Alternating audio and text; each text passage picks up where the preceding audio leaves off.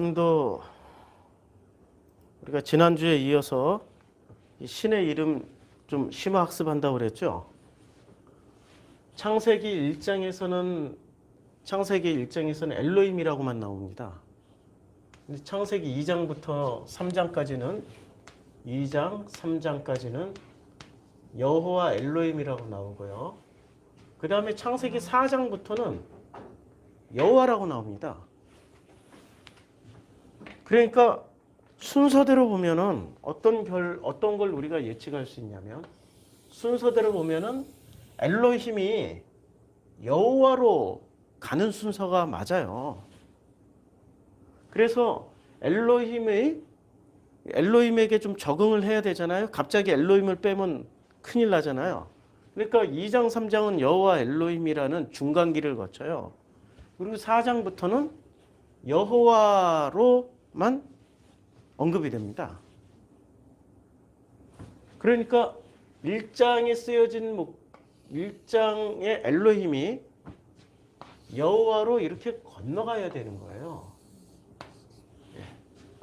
이게 그냥 창세기 1장부터 2장, 3장, 4장까지 쓰여진 어떤 순서대로 본다면은, 그런데 여호와로 건너가야 되는데 여호와라고 부르지 않고 유대인들은 뭐라고 불렀다고요? 아도나이. 그러니까 엘로힘도 아도나이라고 불렀고요. 쓰기는 엘로힘이라고 썼어요. 한번 읽어보세요. 유대인들이 돼가지고. 예, 아도나이. 여호와 엘로힘 한번 읽어보세요. 예, 아도나이라고 읽어야 되죠. 여호와를 한번 읽어보세요. 아도나이라고 읽어야 되는 거예요. 그런데 유대인들이 이렇게 읽었다고 개신교인 이 기독교인들이 아도나이가 맞다라고 하면은 이거 큰일 납니다. 이 아도나이라는 신은 성경에 나와 있는 명칭입니까? 아니면 자신들이 만들어낸 명칭입니까? 자신들이 만들어낸 명칭이에요. 유대인들에 의해서. by the 유대인, Jews. 뭐 이렇게 쓰나? 유대인들은? 모르겠다. 주이시라고 쓰는데, 이 영어로는 그냥 주이시에 하도 제가 영어를 많이 안 쓰다 보니까, 바이라는 무언가에 의해서, 누구에 의해서? 유대인들에 의해서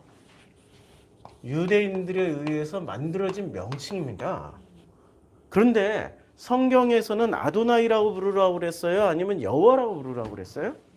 여호와라고 부르라고 그랬어요. 4장에 가서 보세요. 창세기 4장에 우여곡절 끝에, 가인과 아벨 사건의 우여곡절 끝에 셋도 아들을 낳고 그의 이름을 에노스라 하였으며, 그때 사람들이 비로소 뭐라고 불렀어요? 여호와의 이름을 부른 거예요. 하나님의 이름은 그냥 여호와라고 불러야 되는 거예요. 그렇죠? 근데 여호와라고 안 부르고 아도나이라고 부르는 거예요. 아니, 이런 발상의 전환이라고 해야 되나? 이런 일을 어떻게, 왜 이런 이름을 꺼내놓을 수 있을까? 왜 꺼내놨죠? 왜 아도나이라고 아도나이라고 왜 불렀죠? 너무 거룩하니까. 하나님이 너무 거룩하시니까. 거룩하신 분의 이름을 함부로 불러서는 안 된다 이거지. 함부로. 맞는 것 같죠? 함부로 불러서는 안 되고, 그래서 함부로 부르지 않게 하기 위해서 아도나이 전혀 다른, 요 뭐 공통분모를 따서 만들었다는데 아도나이 이렇게 부르는 거예요.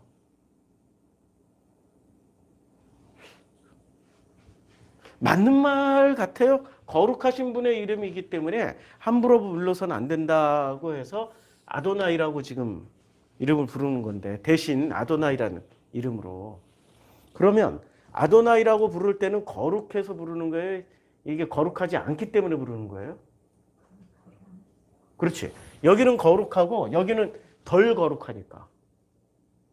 불러도 되는 이름이니까. 뭐가 좀 많이 이상하죠? 이 사람들의 뇌 구조가 이상하다고요. 자, 거룩하신 분의 이름을 함부로 부를 수가 없다. 그래서 우리는 이런 말에 감동을 받곤 했어요. 유대인들을 만났다. 근데 유대인들하고 사업적인 어떤 관계로 인해서 만났다가 나도 기독교인이다. 그래서 기독교인이기 때문에 우리말로 하나님이지만 이 사람들 말로는 엘로힘, 여호와 이런 이름을 내가 나는 엘로힘을 믿는다라고 얘기를 했더니 갑자기 그 유대인이 갑자기 엘로힘이라는 이름을 듣자마자 납작 엎드렸더라. 무릎을 꿇었더라 막 이러고 경건의 표시를 하더라. 우리는 이런 말을 들으면은 굉장히 존경한다. 야, 대단하다. 우리는 이런 생각을 갖잖아요. 어쩜 저렇게 신앙심이 좋을까? 이게 신앙심이 좋은 겁니까? 신앙심이 좋은 겁니까, 이게? 그거하고 상관없어요. 유대인들 이스라엘 역사 내내 하나님이 뭐라고 그러셨냐면 그 사람들에게 야, 더 이상 재물 갖다 바치지 마. 더 이상 하지 마. 자, 슬프다 범죄한 나라여, 허물어진 백성이여, 행악의 종자여, 행위가 부패한 자식이로다. 그들이 뭐를 버렸어요? 여호와를 버리며. 결국은 여호와를 버리고 뭐로 불렀어요? 이때부터 아도나이라고 불렀다니까. 이스라엘의 거룩하신 이를 만홀히 여겨 멀리하고 물러갔다다. 근데 이 사람들이 만홀히 여긴 거예요? 아니면 그 행악을 이 사람들이 무슨 일을 하고 있었어요? 거룩하신 분의 이름을 함부로 부르지 않기 위해서 아도나이라고 부르고 있었던 사람들이고 이 사람들은 성전에 가서 더더욱더 경건하게 예배드리고 더더욱더 경건하게 제사드리고 더더욱더 드바섬을 했던 사람들이에요. 드바섬. 기독교에서 이것만 없어져도 참 성경을 제대로 깨달아갈 수 있을 겁니다. 드리고 바치고 섬기고. 이게 눈에 안 보이는 하나님은 눈에 안 보이니까 드바섬을 누구한테 눈에 보이는 목사한테 하지. 그래서 목사가 하도 성도들이 드리고 바치고 섬기니까 목사가 나중에 자꾸 처먹다가 목사가 돼버리죠. 그래서 목사가 되는 거야. 드바섬을 너무 받아 처먹다가. 하나님 대신에. 그러니까 지금 이 이사야 1장에서 나왔던 이스라엘 사람들이 신앙심이 없는 사람들이 아니에요. 이러한 굉장한 신앙심을 가지고 있었던 사람들이란 말이에요. 그런데 그런 신앙심 있는 사람들에게 슬프다 범죄한 나라요, 허물어진 백성이요, 행악의 종자요, 행위가 부패한 자식이로다. 야, 지금 이 시대에 딱 한국교회 얘기죠. 한국교회 얘기잖아요. 그냥 교회가 미안합니다, 잘못했습니다, 죄송합니다 하면 되는 거 가지고 부산의 기독교 연합회인가? 거기는 우리는 예배를 강행하겠다. 공식적으로 어제 선포했어요. 국민의 안전이나 안위 따위는 아랑곳하지 않고 왜? 거룩하신 분에게 예배를 드려야 된다는 거야. 근데 그 거룩하신 분이 여호와가 아니라 아도나이라고. 지금 그분들이 유대인식으로 하면 아도나이라고. 지난주 설교 내용에 아도나이 내용을 설명했잖아요. 아도나이라는 이름 안에는 뭐가 담겨 있어요? 엘로힘부터 시작해서 여호와까지의 내용물이 담겨 있어야 되는데 내용물이 안 담겨 있고 거룩하신 분의 이름을 함부로 부를 수 없다라는 이 사람들의 간절함이 담겨 있다고. 간절함으로 만들어진 신이라고요. 여기는 실존하는 신이고 엘로힘부터 여호와까지는 실존하는 신이고 아도나이부터는 만들어진 신입니다. 만들어진 신. 뭐로 만들어졌어요? 유대인들의 간절함으로, 간절한 바람으로, 간절한 소망과 간절함으로 만들어진 신이 아도나이라고요. 여호와하고 상관이 없어요. 그래서 그들이 여호와를 버리며 이스라엘의 거룩하신 일을 만홀히 여겨 멀리하고 물러가다. 자, 이 사람들이 요 아도나이를 높이면 높일수록 여호와는 어떻게 돼요? 상대적으로 상관없어져요. 소외당한다니까. 실존하는 신은 상관이 없어져요. 그러면 유대인들이 아도나이를 왜 자꾸 높일까요? 경건하고 존경하고 우아하고 멋지고 거룩하신 분들을 왜 자꾸 높여야 돼요? 이분이 거룩해지고 우아해지고 전지전능해지시고 가장 위대한 신이라고 믿으면 믿을수록 자신들이 어떻게 돼요? 자신들의 간절함이 더 빨리 이루어질 거라고 믿고 있기 때문에 자기네들의 필요에 따라서 만들어진 신인 아도나이이기 때문에 이 아도나이를 더욱더 멋지게 치장하고 멋지게 분장하고 아주 훌륭한 걸 갖다 바치는 그런 신의 모습이죠. 자, 우리는 그런 신을 굉장히 많이 봐요. 어디서 볼 수 있어요? 그 힌두교의 힌두교의 신, 제사. 여기 보면은 사람들이 엄청나게 뭘 많이 갖다 바칩니다. 화려하게 치장하죠? 금과 은칠, 온갖 걸로 치장을 합니다. 이러한 신의 모습들이나 이렇게 멋지게 치장하는, 멋지게 치장해서 이렇게 간절히 예배드리고 바라고 이런 신의 모습이나 아도나이를 높이고 있는 이 아도나이 모습이나 같은 모습이라고요. 광야에서 송아지에게 금치를 하고 이들은 뭐라고 불렀어요? 엘로힘이라고 불렀어요. 광야에서 송아지에 금치를 하고 엘로힘이라고 불렀다고요. 그러니까 하나님이라고 불렀다고요. 엘로힘이라고. 근데 광야에 나온 이유는 엘로힘을 알려고 나온 거예요? 여호와를 알려고 나온 거예요? 근데 그들은 도로 엘로힘으로 간 거예요.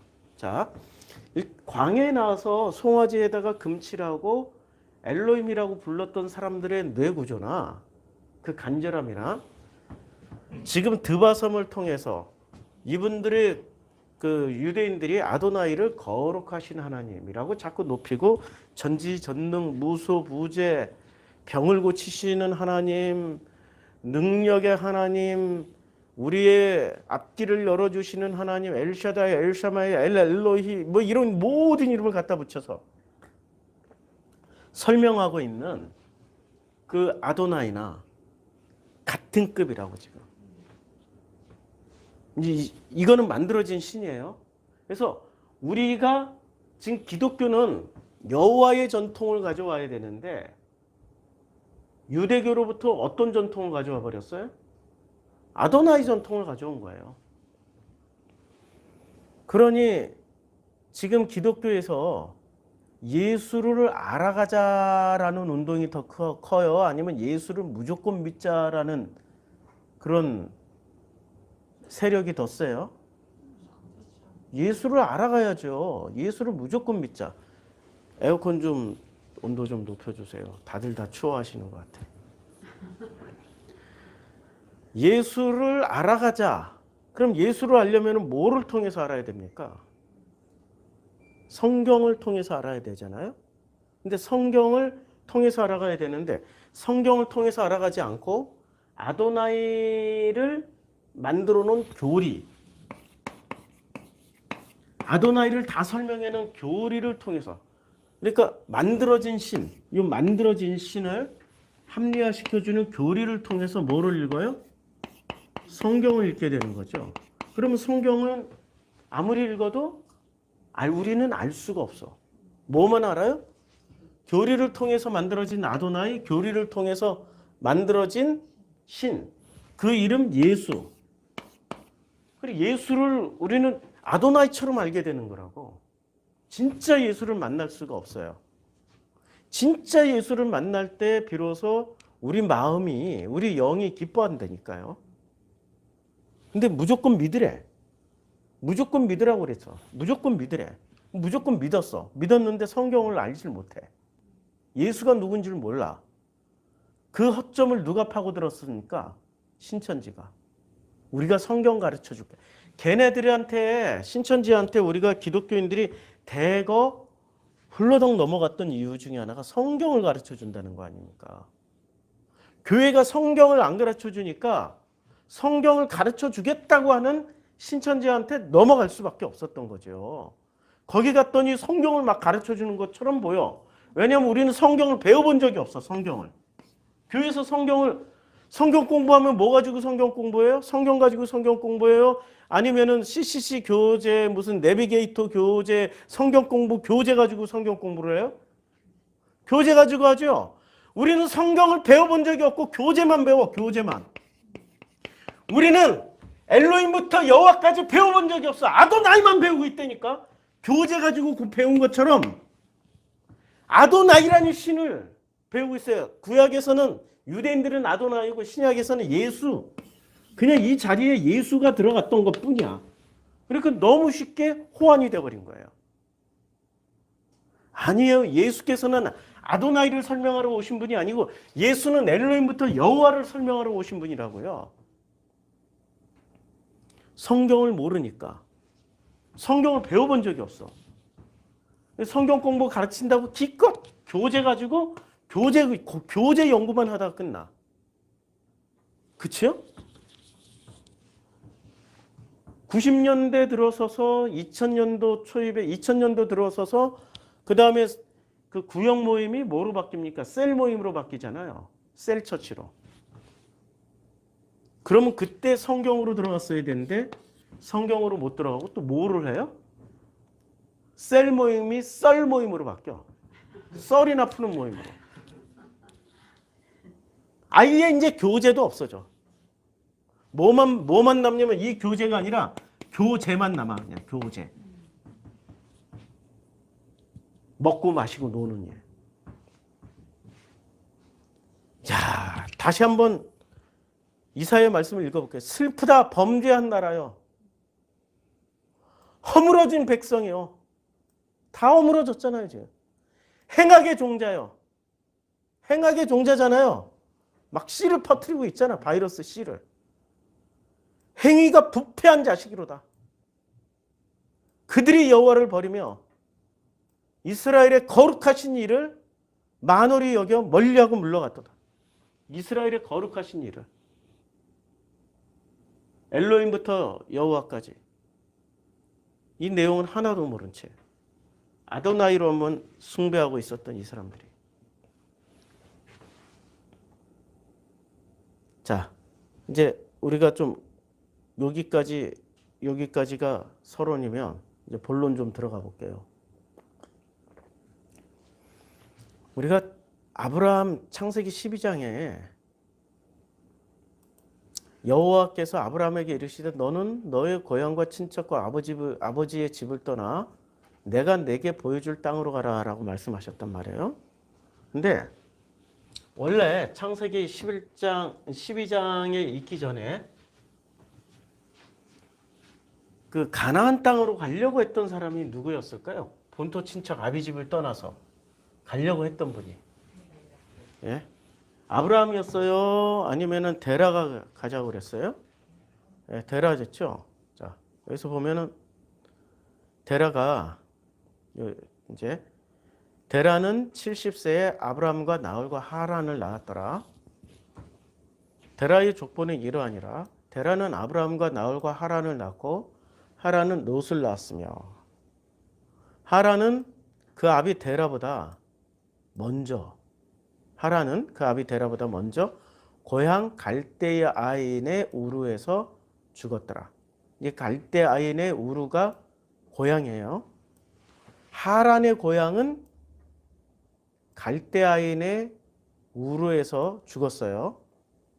자, 나홀과 하란을 낳고 하란은 롯을 낳았어요. 그러니까 데라는 아브라함과 나홀과 하란을 낳았고 데라의 아들 이름이 아브라함, 나홀, 하란 셋이 있었어요. 근데 데라보다 먼저 고향 갈대아인의 우르에서 죽었어요. 그러면 아브라함, 나홀, 하란의 고향은 갈대아인의 우르예요. 아브라함과 나홀이 장가를 들었으니 아브라함의 아내의 이름은 사레며 나홀의 아내의 이름은 밀가니 하란의 딸이요. 하란은 밀가의 아버지며 또 이스가의 아버지더라. 잘 보시면 족보가 좀 많이 꼬여 있죠. 예. 아브라함의 아내의 이름은 사레예요. 나홀의 아내의 이름은 밀가예요. 근데 밀가는 누구의 딸이에요? 예. 자기 동생의 딸이야. 조카하고 결혼한 거야. 숙부하고 조카하고. 족보가 많이 꼬여 있죠. 정상 족보가 아니에요, 지금. 하란은 밀가의 아버지며 또 이스가의 아버지더라. 그러니까 이걸 성경에서 특별하게 설명한 데는 뭔가 이유가 있을 거 아니에요. 그렇죠? 예. 여기 정상 결혼은 아니에요. 보통 다른 성씨하고 결혼해야 되잖아요. 안 그러면 거기서 이상한 게 나와요. 예.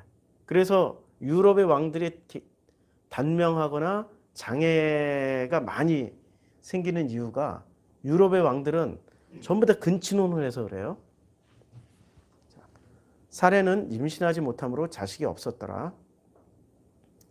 데라가 그 아들 아브라함과 하란의 아들인 그의 손자 롯과 그의 며느리 아브라함의 아내 사례를 데리고 갈대아인의 우르를 떠나 어디로 가고자 했어요? 예. 그러니까 데라가 먼저 가고자 했지 아브라함이 먼저 가고자 했던 거 아니에요. 하란에 이르러 거기에 거류하였으며 데라의 나이가 205세가 되어 하란에서 죽었어요. 그러니까 데라가 여기 중요한 장면이 그의 아들 아브라함과 하란의 아들인 그의 손자 롯과 그의 며느리 아브라함의 아내 사레를 데리고 갈대아인의 우르를 떠나. 여기서는 갈대아인의 우르라고 꼬박꼬박 이렇게 얘기를 해주는데 여기가 자 아브라함과 나홀과 하란의 고향 맞아요. 여기서 태어났으니까. 근데 데라는 여기를 떠나서 어디로 가고자 했어요? 가나안 땅으로 가고자 하더니 하란에 이르러 거기에 거류를 했어요. 데라는 나이가 205세가 되어서 하란에서 죽었어요. 그러면 이 사람들은 갈대아인인가요? 데라부터 시작해서 아브라함은 갈대아인인가요? 아니면 갈대아인이 아니었던가요? 성경은 얘기를 하지 않죠. 이들이 갈대아인이라고. 그런데 우리는 갈대아인은 아닌 것 같다라고 생각을 하고 있는 거죠. 이 족보에 자 갈대아인은 자 족보를 쭉 보면 이렇게 셈의 족보는 이러고 나왔죠. 그렇죠? 셈의 족보는 이러고 나와 있는데 갈대아인이라는 자, 찾아보자고요. 갈대아인은 셈족 맞나? 셈족 맞으면 셈족 맞나? 하면은 자 고대 셈족 갈대아인이 요게 이제 아이고 요게 요게 셈족이 요게 아라믹 사람들이고요. 히브리드 사람들이고 아라빅 이거 잘 못 찾는다 얘는. 고대 셈족 오리엔트 세계 민족들 자 오리엔트 오드게우스 셈계 자 지금 이 갈대아인이 셈족인지 아닌지를 우리는 알 수가 없어요. 아카드인 그 다음 아랍인 함계 이집트인 누비아인 에티오피아 소말리아인 베르베르인 아리아인 그리스인 갈대아인들은 아리아인이거나 아르메니계일 가능성이 높죠. 이들은 최소한 셈족은 아닌 자, 여기 주류 민족은 갈대아에 살았던 주류 민족은 오른쪽으로 가면은 페르시아고요. 좌측으로 가면은 아랍 사람들이에요. 함족과 야벳 쪽이 중심이라고. 근데 이 데라의 족보는 어디에 들어가 있어요? 셈의 족보에 들어가 있죠. 그러니까 셈족이 어디서 살았어요? 이 지금 수메르인들의 여기가 수메르 갈대아인의 수메르거든요. 또 수메르의 주 종족 한번 찾아보자고요. 수메르 주 종족. 수메르의 주 종족은 히타이트, 수메르 뭐 아이고 이것도 확실하게 정해진 게 아니에요. 전부 다 고대 자료들이기 때문에. 그래서 이 수메르가 어딘지 아시죠? 여기가 수메르 문명입니다. 여기가 수메르 문명인데 여기가 절묘하게 야벳과 함이 만나는 자리입니다. 셈은 이미 어디로 갔어요? 동쪽으로 갔어. 창세기 11장에. 10장이 동쪽으로 갔고 그러니까 욕단족은 동쪽으로 가버렸고 요 산맥들을 다 넘어서 동쪽으로 갔고요. 일부 셈이 남아 있었던 거예요. 그러니까 지금 일부 셈이 남아 있다라는 것을 우리는 성경을 알아야 돼. 성경을 모르고 성경을 읽으면 안 돼요. 자, 셈의 족 이제 창세기 11장의 셈의 족보를 보자고. 셈의 족보는 이러하니라. 셈은 100세 곧 홍수 2년에 아르박사스를 낳고 그다음에 아르박사스는 셀라를 낳고 셀라는 에벨을 낳고 에벨은 벨렉을 낳았어요. 잘 기억하셔야 돼. 셀라는 누구를 낳았어요? 셀라는 에벨을 낳고 에벨은 벨렉을 낳았어요. 자, 벨렉을 낳았어요. 그리고 벨렉은 르우를 낳고 르는 수룩을 낳고 수룩은 30세에 나홀을 낳았어요. 자, 이제 10장으로 넘어가자고요. 창세기 10장에도 셈족의 족보가 나옵니다. 창세기 10장에 셈은 에벨. 자, 바로 여기서 뭐가 나와요? 에벨이 바로 나오죠. 에벨 온 자손의 조상이요. 그러니까 에벨의 온 자손의 조상이야. 에벨의 온 자손. 그럼 에벨에게 뭔가가 더 있었다는 얘기야. 벨렉 말고.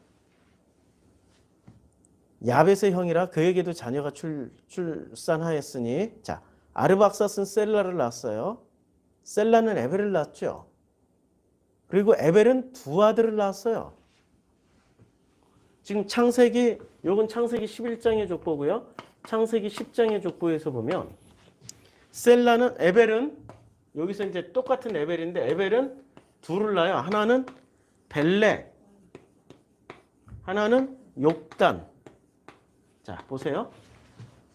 하나의 이름은 벨렉. 그때 세상이 나뉘었어요. 벨렉의 아우의 이름은 욕단이에요. 그러면 창세기 11장의 셈의 족보의 정통성을 누가 가져가요?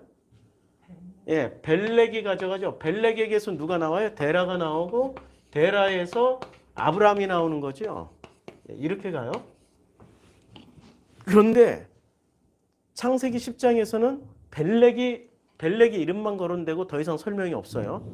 욕단은 알모닷과 셀렙과 핫산 마여가 예라와 하로와 우살 데글라 오발과 아비말과 스바와 오빌과 하율라 요밥을 낳았으니 이들은 다 욕단의 아들이요. 자, 욕단에 대해서만 설명을 하고 있죠. 굉장히 많잖아요, 지금. 아니 이게 하나의 국가라고 생각하시면 돼요. 민족 단위. 민족이나 국가의 단위. 이게 아들들 이름이 아니고 그걸 어떻게 알 수 있어요? 아니 함의 족보를 보면 알아요. 함의 족보를 보면 자 여기에 그 함의 아들은 구스가 어디에? 구스가 이디오피아, 미스라임 이집트, 붓이 리비아, 가나안, 그치요? 전부 다 국가 이름이잖아요. 국가 이름이죠. 자 아수르도 국가 이름이죠.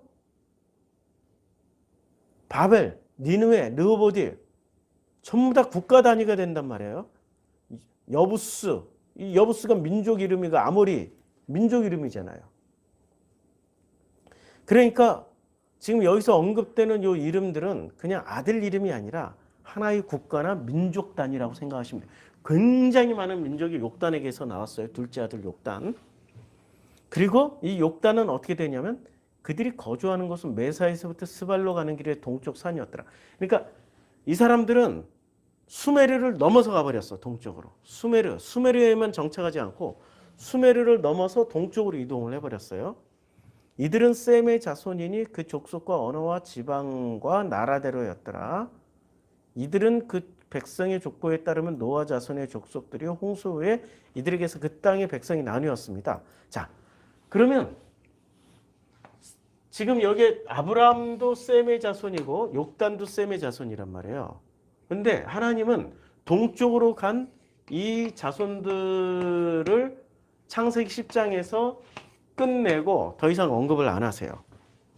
창세기 12장, 11장에서 이어져서 창세기 12장으로 연결이 돼서 말라기까지 이어지는 족보는 벨렉의 족보가 이어져요. 그러면 이들은 확실하게 셈족이죠. 함이나 야벳 족속이 아니죠. 자, 다시 제가 또 말씀드릴게요. 하란은 데라는 70세에 나홀과 하란을 낳았고 데라의 족보는 이러하니라. 데라는 아브라함과 나홀과 하란을 낳고 하란은 롯을 낳았으며 하란은 그 아비 데라보다 먼저 고향 갈대아인의 우르에서 죽었더라. 그 아비 데라보다 먼저, 여기서 자신의 고향이죠. 그러니까 하란의 고향 갈대아인의 우르죠. 아버지의 고향은 아니야. 아버지 고향은 어디예요? 여기가 아니야 지금. 이쪽 지역이 아니라니까. 아버지의 고향은, 셈족의 고향은 다른 데 있다고. 여기는 그냥 갈대아인들이 모여서 살고 있는 우르라는 지역이었어요. 셈족의 고향이 아니야. 갈대아인의 정체에 대해서 찾아보자고요. 하나씩 찾아가면서 갈대아인의 정체. 갈대아인의 정체를 보자고요. 뭐 하는 사람들인지. 성경사전. 바벨론 제국의 백성들을, 갈대아인은 이제 두란노 주석에서 나온 거예요. 아유, 글씨가 하나도 안 보인다. 갈대아인은 원래 바벨론 남부에서 살던 주민을 지칭하던 말로써 후에 바벨론 제국의 백성들을 의미하는 말로 쓰였습니다. 자, 바벨론 제국의 학자나 행정가 계급들을 가르쳤고, 그러니까 이 사람들은 갈대아인은 느부갓네살 2세 때 전성기를 맞이해서 유다를 침략하여 포로로 삼기도 했다. 그러니까 갈대아인의 주류는 바벨론 사람들이에요. 그럼 바벨론 사람들이 셈족인가? 아니라고. 그러면 여기가 데라의 고향이 맞아요? 아브라함, 나홀, 하란의 고향은 맞는데 거기서 태어났으니까 데라의 고향은 여기가 아닐 가능성이 높은 거지. 그러니까 누가 계속 가고자 했어요? 데라가 가고자 했다고. 원래 데라는 여기서 살기 싫었어 이제. 데라가 그의 아들 아브라함과 하란의 아들 손자 롯과 그의 며느리 아브라함의 아내 사레를 데리고 갈대아인의 우르를 떠나서 가나안 땅으로 가고자 했습니다. 예, 하란에 이르러 거기에 거류했어요.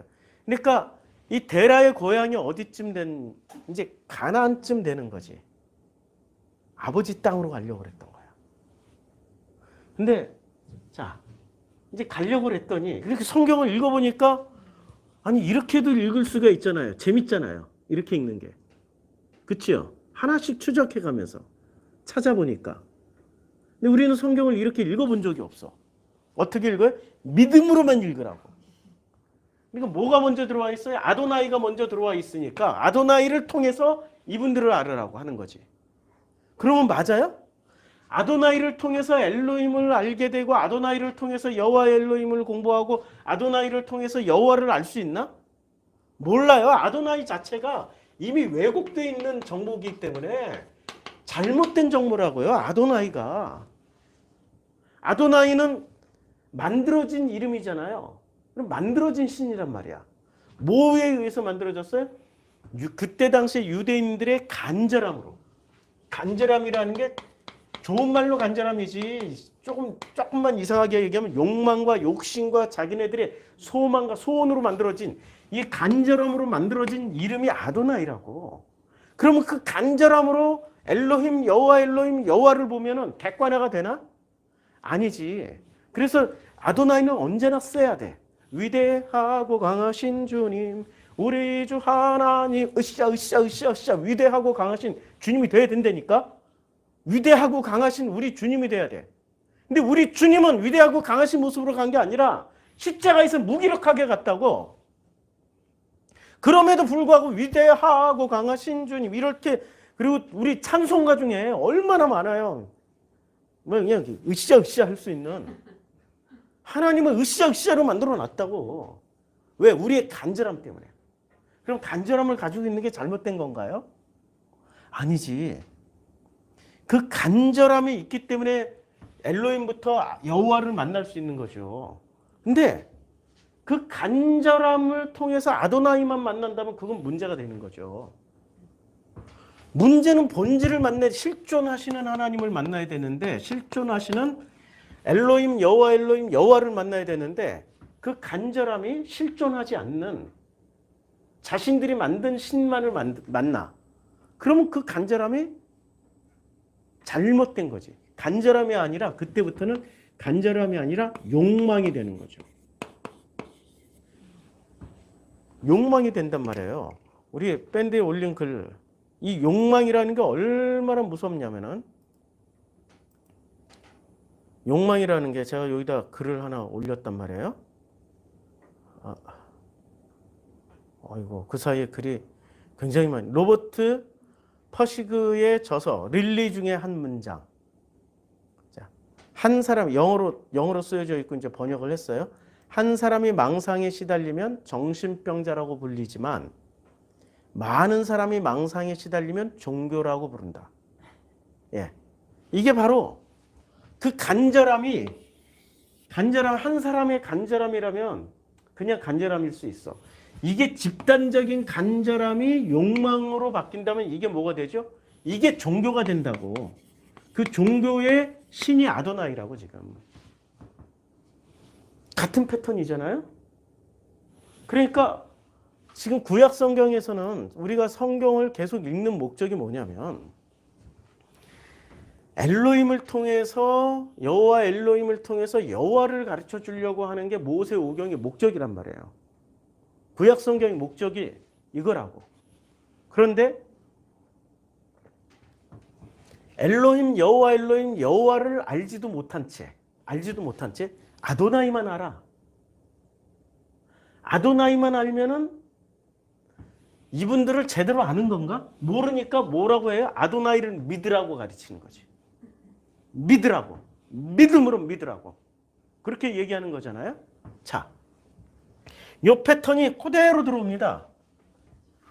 요 패턴이 그대로 들어오는데 신약 성경에도 그대로 들어와요. 다시.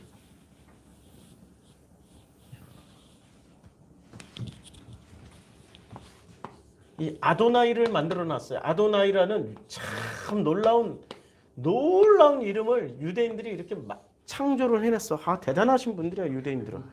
아도나이를 이렇게 만들어 놓으셨어요. 근데 기독교는 아도나이 대신에 여기다 예수라는 이름을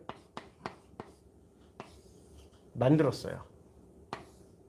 그러면 거꾸로 아도나이를 통해서 여호와를 알게 되고, 아도나이를 통해서 여호와 엘로힘을 알게 되고, 아도나이를 통하여서 엘로힘을 알게 되면 오케이. 맞죠? 예수를 통해서 여호와를 알게 되고, 예수를 통해서 실존하시는 여호와 엘로힘을 알게 되고, 예수를 통해서 엘로힘을 알게 되면 오케이. 맞죠? 그런데 여기에만 머물러 버리면, 아도나이에게만 머물러 버리면은 이분들을 알지 못하고, 아도나이만 알면은 다 한다 이거야. 이렇게 믿었던 사람들이 누구예요? 이렇게 믿었던 사람들이 유대인들이라고요. 근데 이 아도나이는 자신들의 그 간절함으로 만들어졌다고. 간절함 때문에 아도나이가 만들어졌기 때문에, 아도나이만 알면은 다 하는 게 아니라, 아도나이만 알면은 나머지 모른다고. 실존하시는 엘로힘, 여호와 엘로힘, 여호와는 뭐 알 수가 없어요. 이분들은 만날 수가 없다고. 맞죠? 이 간절함으로. 그런데 이 예수를 만나면은 이분들을 다 만날 수 있다고. 그러니까 아도나이 대신에 누가 오신 거예요? 예수님이 오셨다고. 야, 이 아도나이가 너희들이 아도나이만 믿잖아. 근데 그 아도나이에서 이분들로 안 건너가잖아. 건너가라고 좀. 여호와로 건너가고 여호와 엘로힘으로 건너가고 엘로힘으로 건너가라고. 그래서 예수는 오신 목적이 뭐예요? 아버지를 가르쳐주러 왔잖아요. 이분들을 가르쳐주러 왔어요. 실존하시는 신을 가르쳐주러 왔다고. 근데 유대인들이 안 받아들이잖아요. 우리는 아도나이 하나면 충분해 하고 예수를 죽여버렸다고. 그렇죠? 자, 그러면 우리는 예수를 만나면 되는 거야. 예수를 통해서 예수가 그렇게 설명하고 가르쳐 주려고 했던 아버지 하나님, 엘로힘, 아버지 하나님, 여호와 엘로힘, 아버지 하나님, 여호와를 알아가면 되는 거예요. 그런데 우리가 예수를 또 알려면은 누구를 통해서 알게 돼요? 신기하게 예수를 직접 만나면 되는데 복음서를 통해서. 요분을 잘 설명해 줬다고 하는 누구를 통해서 만나게 돼요? 바울.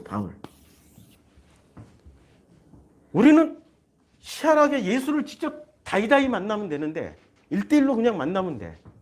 비대면이 아니라 대면에서 만나면 돼. 근데 우리는 예수를 비대면으로 만난다고.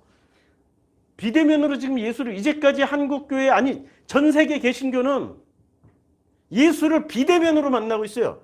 누구만 대면을 했어? 바울만 대면을 했어. 그리고 우리는 바울을 통해서 예수를 알 뿐이야.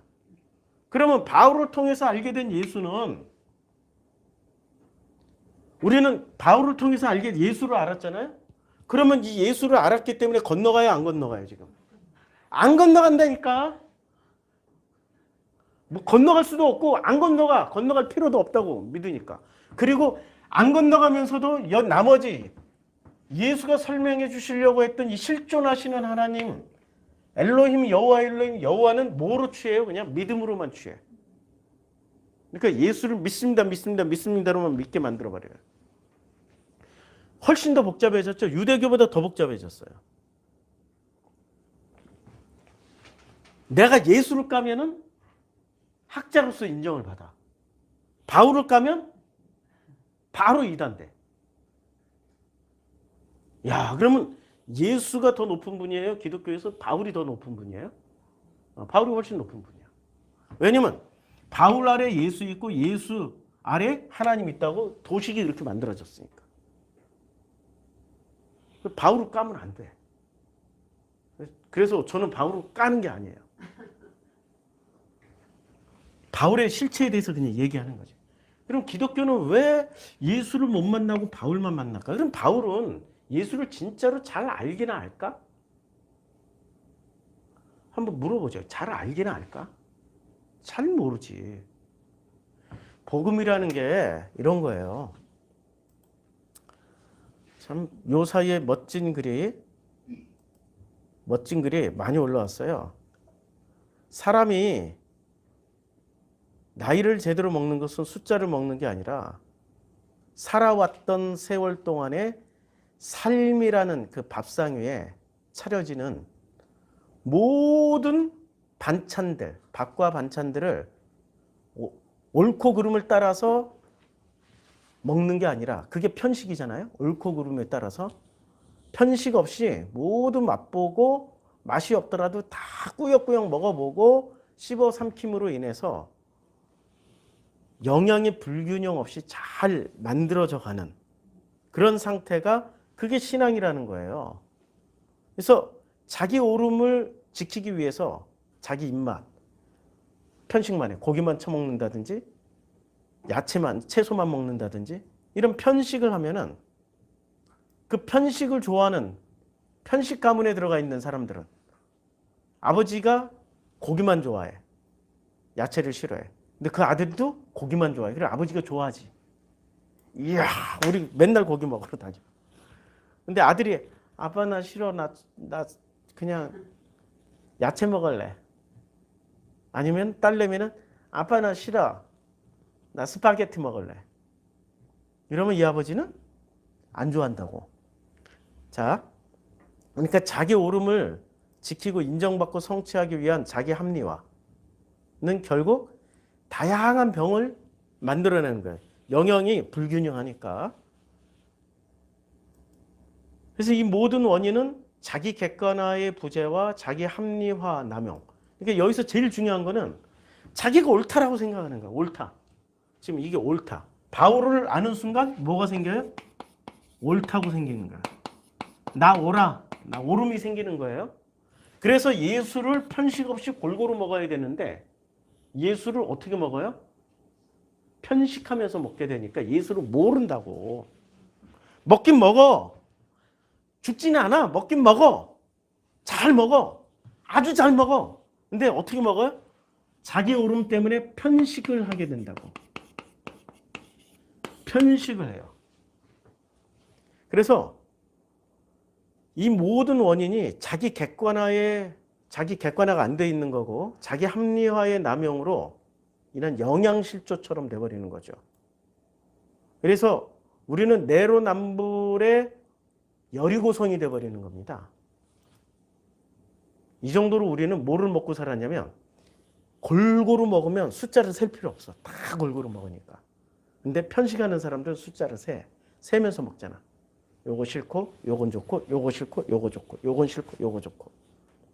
우리는 숫자는 굉장히 많이 챙겨도 실제로 속병대로 다 걸릴 수밖에 없는 불균형의 그 영양실조 환자들이라고요. 이게 복음의 영향이 이렇게 간다고요. 자, 얘는 패스. 숫자는 변해도 자신 변하지 않는 게 이제 이해가 가죠. 반찬 수가 굉장히 많아. 근데 이 반찬이 골고루 섞여 있는 게 아니라 자기가 좋아하는 걸로만 다 갖다 놨어. 아무리 반찬이 많아도 자기는 건강해지질 않아. 이제 이유를 알겠죠? 자, 지금 아도나이라는 존재가 그런 존재예요. 인간들의 간절함으로 아도나이를 만들어 놨기 때문에 이 아도나이는 편식 덩어리라고. 인간들이 원하는 걸로만 잔뜩 만들어 놨다고. 원하고 바라고 소망하고 제발 좀 이렇게 됐으면 하는 것들로 잔뜩 만들어 놓은 존재가 그 간절함으로 만들어진 존재가 아도나이인 것처럼 바울의 옳음으로 인해서 바울의 옳다함으로 인해서 편식해서 알게 된 분이 예수라고요. 그러니까 이렇게 알면 돼. 예수를 통해서 엘로힘이나 여호와 엘로힘이나 여호와를 알게 된 사람이 바울을 역으로 공부하면 바울이 이런 사람이었네 라고 바울을 객관적으로 평가할 수 있다고. 그게 건강한 거라고. 맞죠? 바울이 하나님은 아니란 말이야. 바울이 하나님이 아니라고. 바울이 성령이 아니고. 너무 열받아서. 바울을 자꾸 예수는 하나님의 아들이고 그런데 왜 예수를 바울을 통해서만 꼭 알으려고 하냐고요.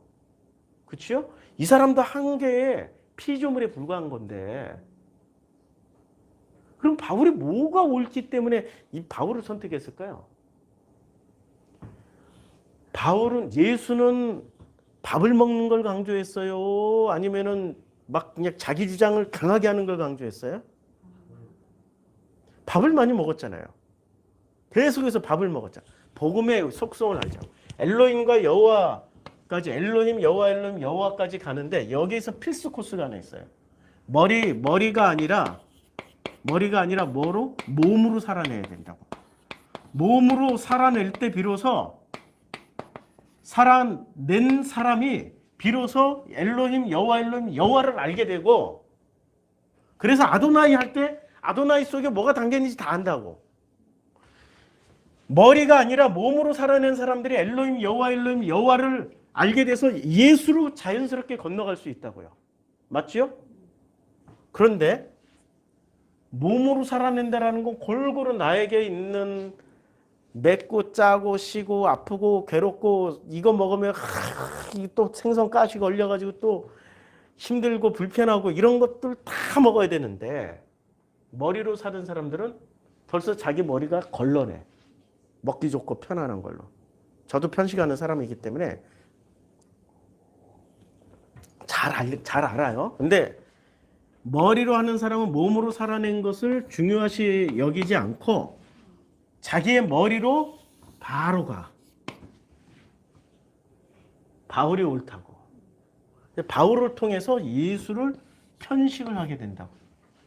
바울을 통해서 지금 유대인들의 구조나 지금 기독교인들의 구조나 같은 구조를 가지고 있다. 그럼 예수가 다시 오시면 우리는 그 예수를 알아볼 수 있을까요? 유대인 사회에 아도나이라고 불렀던 유대인 사회에 예수가 오셨는데도 불구하고 알아봅니까? 못 알아보죠. 지금 예수가 와도 기독교인들 예수 때려 죽일 겁니다. 모를 거예요? 알 수도 없을 거예요. 그럼 몸으로 살아내는 게 왜 중요하냐? 예수는 철저하게 몸으로 살아내셨어요. 자, 말씀이 육신이 돼서 우리 가운데 거하심에 뭐가 왔어요? 말씀이 육신으로, 그래서 뭐를 했어요? 몸으로 살아냈다고요. 복음의 속성은 특이한 게 있어요. 복음은 절대 머리로 알 수가 없어요. 그러면 머리 좋은 사람들이 복음을 제일 먼저 깨닫고 제일 먼저 천국 가겠네? 말이 안 되잖아요. 말이 안 된단 말이에요. 머리 좋은 사람들만 다 천국 가면, 가뜩이나 이 세상에서도 머리 좋은 놈들이 다 해먹고 다 헤쳐먹고 사는데 천국까지 그들이 1등으로 가면은 정말 짜증나네. 그러니까 복음은 머리로서 가는 게 아니에요. 뭐로 가요? 몸으로 살아낸 사람들이, 몸으로 살아낸 사람들이 비로소 복음을, 여정을 잘 가고 있는 사람이다. 그래서 말씀이 육신이 돼서 우리 가운데 거하셔야만 한다고. 몸으로 살아내기 위해서 오셨던 분이기 때문에 예수는 철저하게 제자들하고 살아생전 내내, 그리고 부활하신 후에도 밥을 먹었어. 밥을 먹었다는 의미가 그냥 뭐 밥상 공동체를 이루어서, 이것도 학문적으로 신학적으로 밥상 공동체를 이루어서 거기서 코이노니아가 일어나가지고 화평의 공동체, 식탁 공동체, 별의별 얘기 다 하는데 그게 아니고 그냥 몸으로 살아낸 거라니까. 밥을 같이 먹어도 식구가 됐다는 얘기잖아요. 우리말에 밥을 같이 먹었다는 거, 몸으로 살아낸다는 게 식구가 되는 거야. 식구로 살아난 거야. 식구. 먹을 식자, 입구자. 같이 밥 처먹는 존재. 이게 식구잖아. 밥상에서 같이 밥 먹으면 식구가 되는 거래. 몸으로 함께 살아냈더니 성령이 오시자 비로소 팍 깨달은 거 아니야. 맞죠? 근데 바울은 어떻게 살으셨어요? 몸으로 살아냈지. 자기 혼자 온갖 고난을 다 겪으면서. 자기 혼자 온갖 고난을 다 겪으면서. 자기 혼자 자기만큼 고난을 당한 사람이 없으니까 나를 따르라 이렇게 얘기를 할 수 있는 거지. 내가 이 땅에서 그 모든 고난을 다 당했으니 이제 의의 면류관을 받을 날이 멀지 않았도다. 디모데후서 4장에 그렇게 자신 있게 얘기할 수 있는 거죠. 나를 본받으라고 얘기하고. 근데 이분은 몸으로 혼자만 살아났어. 제자들과 같이 바울이 제자들하고 밥 먹었던 장면이 나오나요? 별로 없죠. 거의 무슨 일을 해요? 바울은 온몸으로 복음을 위해서, 바울은 복음을 전하러 가서 옥에 갇히고 두드러 맞고 온갖 고난이란 고난은 다 당하다 하시잖아요. 자, 가서 밥 많이 먹고, 제자들하고 밥 많이 먹고 많이 마시고 많이 놀고 가신 예수님이 우리 정서에는 더 위대한 분으로 보일까요? 온갖 고난과 아픔과 고통과 매 맞고 감옥에 갇히다가 오직 예수만 전하다 가신 분이 우리 정서에는 더 맞을까요? 어느 게 더 위대해 보여요? 바울이죠. 예수 아니에요. 바울이 더 위대하게 보인다고. 자, 그렇게 위대하게 보이는 게 만드는 게 뭐죠? 간절함. 내가 바울처럼 살면은 내 간절함이 이루어질 거야. 왜냐면 내 행위, 나라는 인간이 지금 뭐로 되어 있냐면 절대화되어 있으니까. 이 한 목숨 바쳐서, 그깟 목숨이 얼마나 소중하다고. 이 한 목숨 바쳐서, 그깟 목숨 하나도 안 중요해요. 목숨은 누가 주셨어요? 하나님이. 생명 다 바쳐서 그러면 생명 누가 주셨어요? 하나님이. 하나님이 주신 거 가지고 왜 자기가 사유화 시켜서 내 마음대로 지가 바친다고 만다. 지가 뭐 목숨을 다 바치, 생명을 다 바친다고 만다. 누가 결정해? 그건 하나님이 하는 건데 전부 다 누가 결정해버려요? 자기가 결정하잖아. 신본주의가 아니잖아. 인본주의잖아. 맞죠? 무서운 얘기예요. 지금 순교를 각오하고 광화문에 태극기를 들러 코로나 바이러스 걸리더라도 우리는 순교를 각오하고 나왔어. 하나 신본주의, 인본주의예요? 인본주의지 그거. 하나님이 어디 있어 그 사람들에게. 바울만 남아있지. 목숨 걸고 했던 바울만 남아있지. 근데 예수는 목숨 걸고 밥 안 먹었어. 그냥 맛있게 밥 먹었어. 밥상에 밥이 없으면 야, 돈이 없는데요? 아, 여기 사흘이나 굶었는데요. 여기서 사흘이나 굶었는데요. 광야에서. 야, 전부 다 자리에 앉게 해라.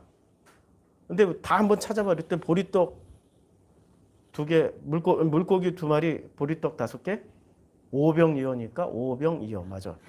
네.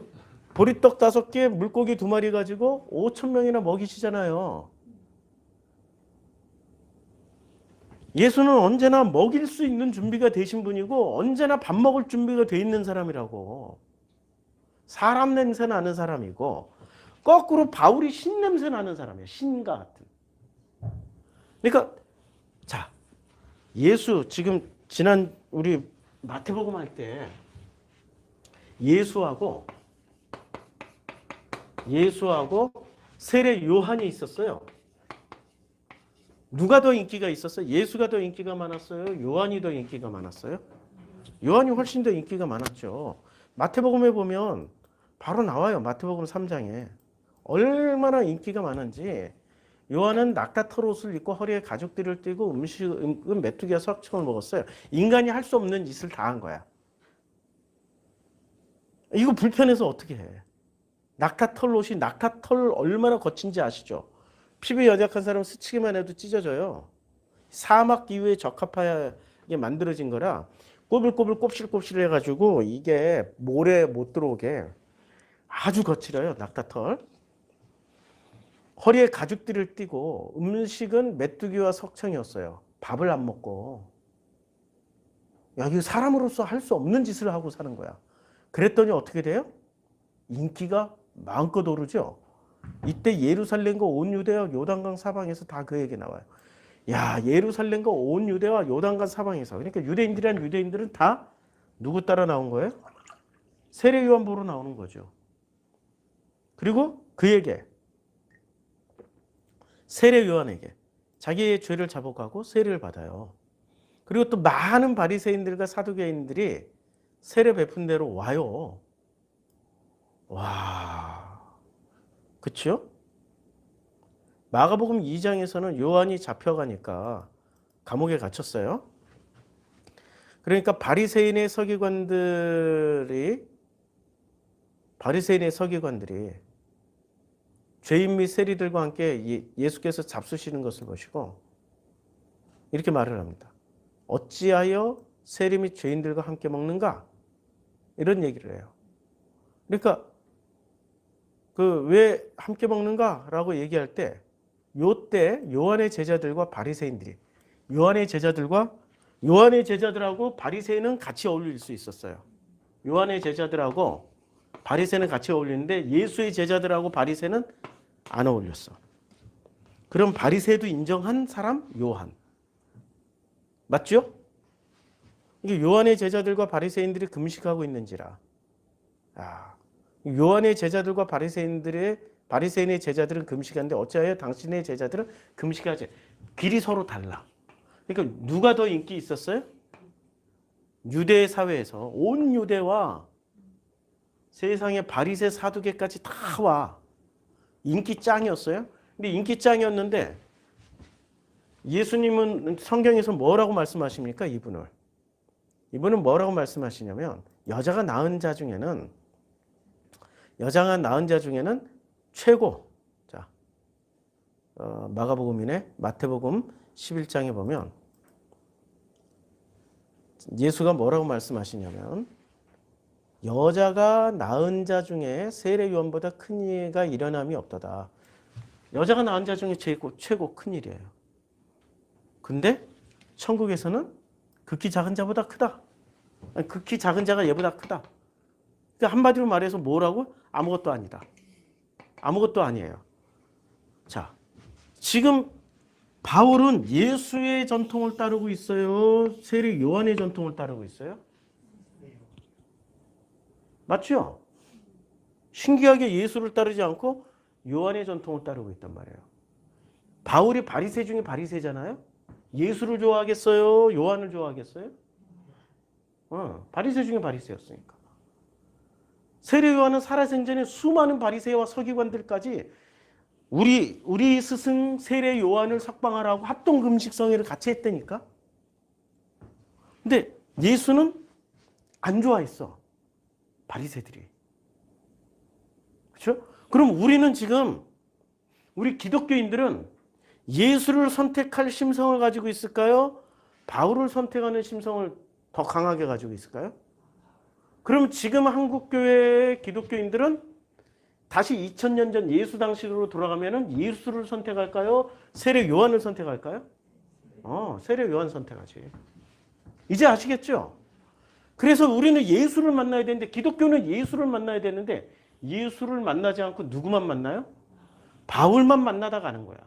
바울이 설명한 예수 조금 알다 가는 거야. 예수를 만나야 누구로 건너가요? 아니 엘로힘 여호와, 엘로힘 여호와, 이분으로 건너간단 말이에요. 근데 이분들은 몰라. 지금 엘로힘이 뭔지도 몰라, 여호와가 누군지도 몰라. 성경에서는 주구장창 가르쳐 주실 분이 여호와인데 이 여호와를 가르쳐 주려고 그러는데 이 여호와를 몰라. 여호와를. 여호와 아십니까? 모르잖아요. 오늘은 이제 시간이 다 돼서 그런데 엘로힘에 대해서 조금만 더 얘기할게요. 자, 그러면 창세기 11장에 보면 이제 드디어 언어가 흩어졌어요. 온 지면에 흩으셨으므로 그들이 도시 건설을 하기를 그쳤어요. 그러므로 그 이름을 바벨. 그리고 언어를 혼잡하게 하셨습니다. 거기서 그들을 온 지면에 흩으셨어요.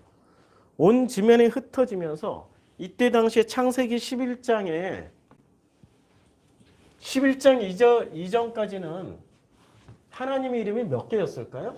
아니, 이 지구상에 존재하는 신은 몇 개 신이었을까? 신이 몇 분이나 되셨을까?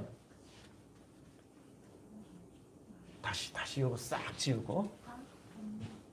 자, 창세기 11장 이전과 창세기 11장 이후. 자, 창세기 1장부터 11장까지는 하나님이 몇 분이 계셨을 것 같아요? 한 분 하나님이지. 여호와 한 분만 계셨어요? 셈족의 전통, 누구야? 셋은 창세기 4장에 나오잖아요. 예, 셋이 누구를 낳아요? 예, 셋도 아들을 낳고 에노스를 하였고 그때 사람들이 비로소 여호와 이름을 불렀어요. 그러니까 셋의 계보에 따르면 여호와 하나님 한 분을 불렀어요.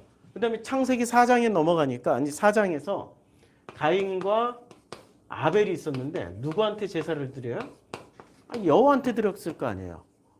그러면 자, 노아의 세 아들 셈, 함, 야벳 전부 다 누구한테 제사를 드렸겠어요? 여호와 한 분.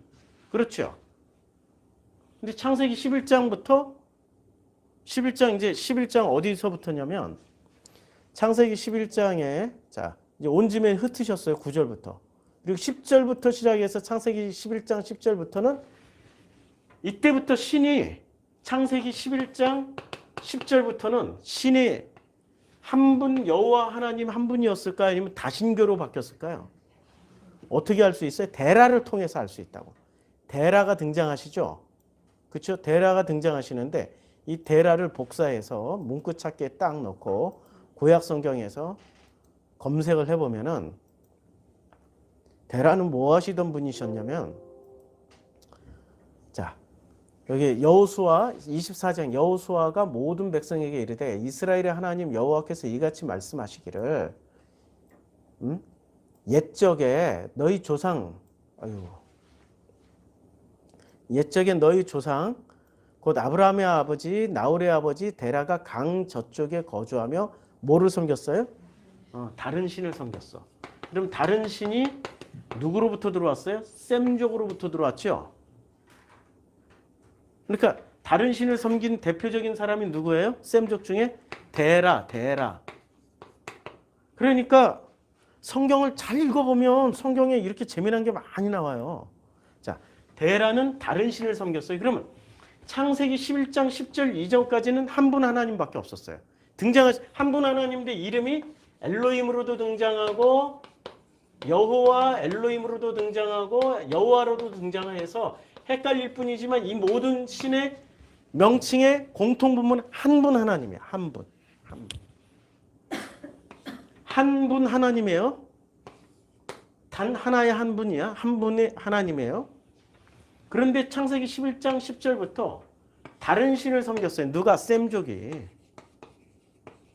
그러면 아브라함은 유일신 숭배자였을까요? 다신교 숭배자였을까요? 다신교 숭배자의 전통을 계속 가지고 있었죠. 어떻게 할 수 있어요? 야곱의 마누라 라헬이 자기 아버지 라반의 집에서 야반도주 할 때 뭘 가지고 훔쳐가요? 드라빔을 가져가는 것은 이 아브라함, 이삭, 야곱, 이 야곱이 반대를 했을까요? 그냥 찬성했을까요? 그렇죠? 눈 감아줬잖아요.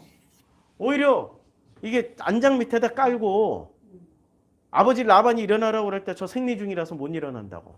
이렇게 해서 위기를 모면했잖아요.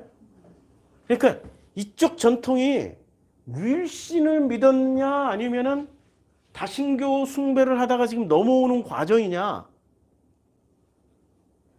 다신교 숭배하다 넘어왔어요. 자, 보세요. 엘롬이 신들. 자, 너는 나 위에 다른 신들을 내게 있게 말지니라. 이게 지금 어디서 나오니까 십계명 첫 번째죠. 십계명 첫 번째. 너는 나 위에 다른 신을 섬기지 마라. 다른 신들이라고 얘기를 분명히 할 때 이때 이름이 뭐죠? 이게 엘로힘이에요. 그러면 이러면 또 이제 학자들이 헛소리를 해요. 아유, 이게 엘로힘이 어쩌고 저쩌고 엘로힘이 어쩌고 저쩌고 엘로힘이 어쩌고 저쩌고 하는데, 자, 이제 학자들 얘기를 들어보자고요. 엘로힘은 단수인 신을 가리킬 때는 단수동사와 복수인 신들을 가리킬 때는 복수동사가 쓰인다. 한국어 성경에서는 하느님으로 흔히 번역된다. 이는 엘과 관계가 있지만 형태론적으로 엘의 복수인 엘로아. 지금 글씨 크게 늘려드릴게. 너무 늘렸다. 자, 엘로아. 엘로아 히브리어 다신론적인 의미에서 여러 신을 나타낸다고 볼 수 있다. 이는 청동기 시대 가나안 우가리트 문서에 엘로힘이 가나안 모든 신을 뜻하는. 그러니까 엘이라는 것은 무슨 뜻이라고요? 엘자가 들어가면은 우리나라 말에 그냥 신이야, 신. 그래서 이 신은 앞에 붙이는 것에 따라서 다 달라. 고무신, 부뚜막 귀신, 뭐 하늘신, 땅신, 밥신, 별의별 신 다 있잖아요. 돈신. 마찬가지로 엘이라는 건 우리말의 신과 똑같은 단어예요. 근데 이걸 가지고 이제 설명을 하려고 보니 무슨 말이 나오냐면 왜 복수냐 이거야. 엘로힘이 한 분 하나님이신데 왜 복수로 다 등장하냐고. 그랬더니 이게 바로 뭐가 되냐면 아까 아도나이를 만드는 것처럼 아도나이를 합리화시켜야 되잖아요. 합리화시키려니까 뭐가 필요해요? 교리가 필요하죠. 교리가 나오는 거야. 그래서 이걸 장엄복수라고 불러요. 장엄복수라고 아주 유명한. 그래서 장엄복수를 검색하면 바로 뜹니다. 장엄복수. 엘로힘이라는 이 단어를 장엄복수라고 해요. 자, 엘로힘이라는 단어가 삼일체가 나오고 뭐가 나오는데 장엄복수라고 설명을 해요. 장엄복수가 뭐냐면 이런 거야. 분명히 성경에서 나오는 모든 신들은 다 복수야. 이것도 복수야. 지금 명사 남성 복수야. 앞에 앉은 분은 보이실 거예요. 명사 남성 복수예요. 이게 문법이 여기에 분명히 복수로 나와 있어. 명사 남성 복수. 그러면 너는 나 위에 다른 신들을 섬기지 마라고 했단 말이에요. 그렇죠? 그런데 이 엘로힘이란 단어는 자 창세기 1장 1절부터 등장하는데 하나님이 명사 남성 복수죠. 명사 남성 복수죠. 태초에 하나님이 이때 엘로힘이라. 명사 남성 복수라. 모든 엘로힘은 예외 없이 다 거의 대부분 복수야, 복수. 명사 남성 복수야. 아이고, 아무리 눌러도 이게 지금 엘로힘이 하도 많이 나오니까. 자, 엘로힘이 성경에 이렇게 많이 나와요. 자, 명사 남성 복수 맞죠? 명사 남성 복수 맞죠? 그치요? 그냥 거의 다 그냥 명사 남성 복수라고 생각하시면 돼요. 엘로힘은 명사 남성 복수 영계형 여기는. 레위기 어디를 보든지 간에 명사 남성 복수야. 그러면 이 출애굽기 20장이 나올 때 너는 나 외에 다른 신들을 섬기지 마라라고 말씀하실 때 다른 신들을 잊게 하지 마. 그다음에 20장 7절에 너의 하나님 여호와의 이름으로 나는 너의 하나님 여호와의 이름을 망령 때 일컫지 마라. 너의 하나님, 너의 엘로힘 중에 누구예요? 여호와. 요게도 복수야. 여기는 남성 이 단수야. 그러니까 요때는 콕 집어서 얘기해야 되니까. 콕 집어서. 그냥 보통 말하는 게 아니고. 자, 그러니까 무슨 관계냐면 엘로힘이라고 부른다는 것은 이미 엘로힘이라는 말 안에 복수가 들어요. 복수의 신이라고요. 여러 명이에요. 신이. 이걸 복수를 가지고 교리가 3개가 나왔어요. 첫 번째 교리가 삼위일체 교리가 나왔고 엘로힘이라는 이름이 복수로 쓰여진대. 그 다음에 이것을 장원복수라고 그래. 왜냐면 잡신들은 단수로 나왔어. 단수로 나왔어. 그거 엉터리거든. 단수 아니야. 다 복수로 나왔어. 여호와 엘로힘도 복수로 나왔고요. 잡신들 엘로힘 똑같은 이름이 똑같아요. 그냥 엘로힘이에요. 엘로힘도 복수로 나왔어. 근데 여기는 또 장원복수래. 왜냐면 하나님 이름은 거룩해야 되니까. 그러니까 거룩을 만들어 주잖아요. 누가? 인간이 하나님에게 거룩을 만들어서 갖다 바친다니까. 드바섬. 그냥 드리고 바치고 섬기는 것이 존경심도 드바섬 중에 하나라고. 거룩을 갖다 만들어서 바쳐. 그렇게 높여놔야 내가 나라는 존재도 높은 존재가 되고 위대한 존재가 되니까. 그래야 삥을 쳐먹지 목사가 아니라 먹사를 해먹을 수 있지. 내가 하나님을 높여놔야 먹사를 해먹을 수 있잖아요. 그래서 정광훈이가 하나님 나한테 까불면 죽어. 그런 소리를 서슴없이 하는 거잖아요. 하나님도 까불면 죽어 이러고 지가 먹사니까 잔뜩 쳐먹다 보니까 우리 만화 영화의 센과 치히로의 행방불명에서 나오는 그 희한한 가오나시라는 게 있어요. 아세요? 가오나시? 가오나시. 예. 이게 가오나시입니다. 얘는 특이하게 생겼죠? 처음에 이렇게 귀여웠어요. 근데 얘가 뭘 잔뜩 처먹다 보니까 거대해집니다. 얘는 구조가 이게 얼굴이 아니에요. 요게 얼굴이 아니고 입이 여기 붙어 있어요. 가오나시.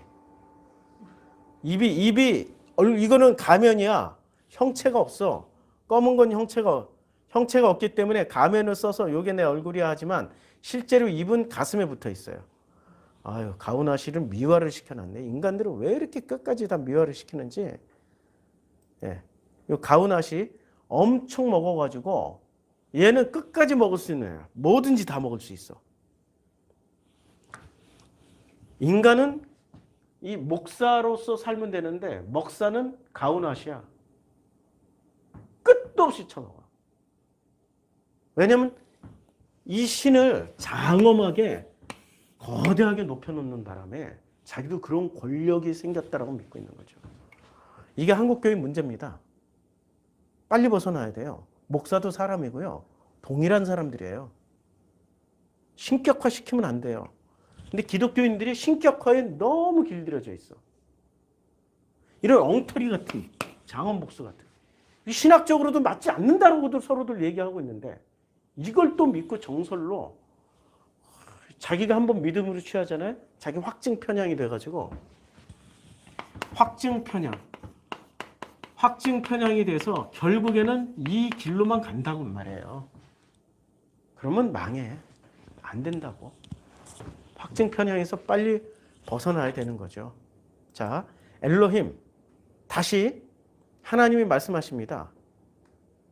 너는 나 외에 다른 신들을 섬기지 마라. 다른 신들이라고 번역했는데 원어는 분명하게 엘로힘을. 너는 나 외에 다른 엘로힘을 섬기지 마라라고 말씀하고 있는 거죠. 그럼 엘로힘을 안 섬기면 뭐 누구로 건너가야 돼요? 여호와로 건너가면 되는 거지. 그래서 엘로힘에서 여호와로 건너가는 게 그게 바로 다신교에서 유일신교로 넘어가는 과정이란 말이에요. 이걸 누가 설명해 줬어요? 예수가. 그런데 우리는 예수를 잘 몰라. 왜? 바울을 통해서만 알아. 그리고 우리 머릿속에는 아브라함, 이삭, 야곱이 확실하게 유일신을 믿었다라고 이 확증 편향이 되어 있기 때문에 아브라함, 이삭, 야곱을 몰라. 아브라함, 이삭, 야곱까지는 유일신 종교가 아니었어요. 엘로힘 종교였다고. 엘로힘. 언제 비로소 유일신 종교가 되냐면 광야에 나올 때부터 여호와를 알기 위해서 광야에 나올 때부터 엘로힘에서 유일신 종교인 여호와 종교로 넘어가게 된다고요. 이게 지금 창세기 모세 오경을 통해서 가르쳐 주신 우리 이 신의 이름의 변천사라고. 엘로힘 안에는 우리의 확증 편향과 교리가 얼버무려져 가지고 우리는 엘로힘을 유일신으로 알고 있는데 솔직하게 그냥 보면 유일신이 아니고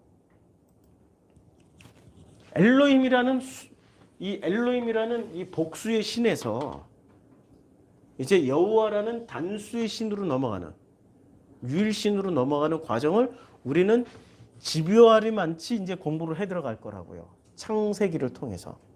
그래서 창세기 11장과 12장 사이를 아직도 창세기 시작한 지 20번째인데 20번째에도 아직도 공부를 해야 되는 이유가 여기 있는 겁니다. 창세기 1장 1절부터 가면 은혜가 될 것 같죠. 근데 벌써 엘로힘이 여호와 하나님께서 엘로힘이 나오는데 벌써 복수로 나오는데 소화가 안 되잖아. 소화를 시키고 가야 되는 거죠. 기도하겠습니다. 아버지 하나님, 인간이 만들어 놓은 신이 아니라 성경에서 말씀하고 계시는 여호와를 만나고 싶습니다. 사람들에 의해서 거룩하게 만들어진 아도나이가 아니라 여호와를 만나고 싶습니다. 바울에 의해서 알게 된 예수가 아니라 정말 성경에 있는 그 예수를 만나고 싶습니다.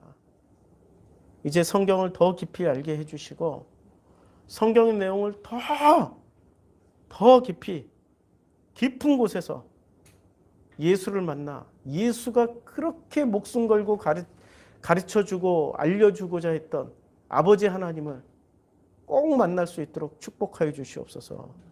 예수님의 이름으로 기도드렸습니다. 아멘. 그러고 봤더니 오늘 녹음을 안 했어요.